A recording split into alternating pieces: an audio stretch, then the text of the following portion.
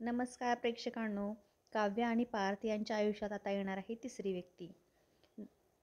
लग्नानंतर होईलच प्रेम या मालिकेच्या पुढील काही भागात आपण पाहणार आहोत की मानिनी आता पार्थ आणि काव्याला एकत्र आणण्यासाठी एक जबरदस्त प्लॅन आखलेला असतो आणि तिनं तिच्या भावाला फोन करून तिची भाची जी असते ना श्रावणी, तिला बोलवून घेतलेलं असतं आणि तिला सगळा प्रकार सांगितलेला असतो की कसं काव्याला जलस फील करवायचं आहे तिला ते. श्रावणी ही पार्थची लहानपणाची मैत्रीण असते आणि ती पार्थबरोबर खूपच छान गप्पा मारत हॉलमध्ये बसलेली असते. तेव्हा काव्य येते आणि काव्य म्हणते, काकू ही मुलगी कोण आहे, कोण आली इथं? तेव्हा मानिनी सांगते, अगं ही माझ्या भावाची मुलगी आहे श्रावणी, पार्थची लहानपणीची मैत्रीण. हे दोघं खूप बेस्ट फ्रेंड होते. आता श्रावणी पार्थला सगळ्यांसमोरच घट्टमिठी मारते आणि मस्त दोघेजण गप्पा मारत असतात. हे बघून काव्याला खूप वाईट वाटतं आणि ती तिच्या रूममध्ये येऊन थोडी अपसेटच असते. पार्थही तिथे येतो. काव्या म्हणते, कोण आहे ही मुलगी, का वागताय तुम्ही तिच्याशी असं, काय संबंध तुम्हाला तिच्याशी बोलायचा? तेव्हा पार्थलाही कळतं की काव्याला आता जलस फील होत आहे. पार्थही आता खूप खुश झालेला असतो कारण त्याला पाहिजे आहे तेच घडत असतं. काव्य आता ह्या दोघांनाही बघून खूप चिडत असते. तिचा खूप संताप होत असतो. मानिनी हे आता पुढची स्टेज काय करायची, कसं काव्याला तिच्या प्रेमाची जाणीव करून द्यायची, हा प्लॅन मिथून सोबतच बसून आखत असते. आता पार्थचा बड्डे येणार असतो. सगळे खूप मजेत असतात आणि विचार करत असतात की पार्थच्या बड्डेचं सेलिब्रेशन कसं करायचं. काव्या खूप छान तयार होऊन खाली आलेली असते आणि तिला पार्थला विश करायचं असतं. तोपर्यंत श्रावणी येते आणि ती पार्थला विश करायला जाते, तर काव्या मध्येच येऊन उभी राहते आणि म्हणते, नाही, पार्थला पहिल्यांदा मी विश करणार.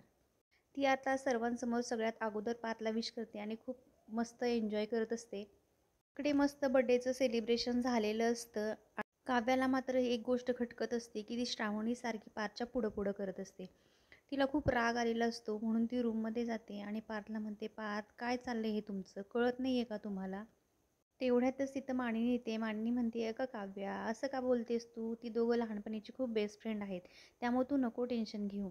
आता मानिनी पुन्हा एकदा एक नवीन प्लॅन बनवत असते. ती श्रावणीला पार्थच्या रूममध्ये पाठवते आणि म्हणते, बघ जा, पार्थला काय हवं आहे का ते बघ. तोपर्यंतच काव्याही तिथे येते. तर ती काव्याला म्हणते, जाग काव्या, पार्थला काय हवं आहे का, त्याला बघून येतेस का, कारण तो तिचा प्लॅनच असतो. जेव्हा काव्या रूममध्ये येते तेव्हा श्रावणी पार्थच्या अंगावरती पडलेली असते. हे दृश्य ती पाहते आणि तिला खूप राग येतो.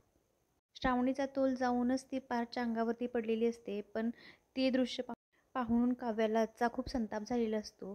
ती पार्थचा हात हातात घेते आणि म्हणते, पार्थ प्लीज तुम्ही असं नका करू, मला खूप त्रास होतो या गोष्टीचा. तेव्हा पार्थ म्हणतो, काय झालं आता? तेव्हा ती मान्य करते की खरंच तिला पार्थबद्दल काहीतरी वाटतंय का. ती आता श्रावणीला म्हणत असते, कोण तू, काय संबंध तुझा, तू का येतेस पार्थच्यासारखी जवळजवळ? तेव्हा ती म्हणते, हो पार्थ आवडतो मला. तेव्हा काव्या म्हणते, तुझा त्याचा काहीही संबंध नाही, तो माझा नवरा आहे आणि माझं त्याच्यावरती प्रेम आहे. तेव्हा श्रावणीही त्याला सांगते, हो काव्या, मला हे माहीत होतं आणि आम्ही हा प्लॅन आखला होता की तुला त्याची जाणीव करून द्यायची होती म्हणून. आणि श्रावणी तिथून निघून जाते. आता इथून पुढं काव्याची आणि पार्थच्या नवीन आयुष्याची सुरुवात होणार आहे. मानिनीचा प्लॅन वर्क झालेला असतो आणि काव्य आणि पार्थ दोघेही जवळ आलेले असतात. अशाच मालिकेच्या इंटरेस्टिंग एपिसोडसाठी आपल्या चॅनेलला नक्की सबस्क्राईब करा.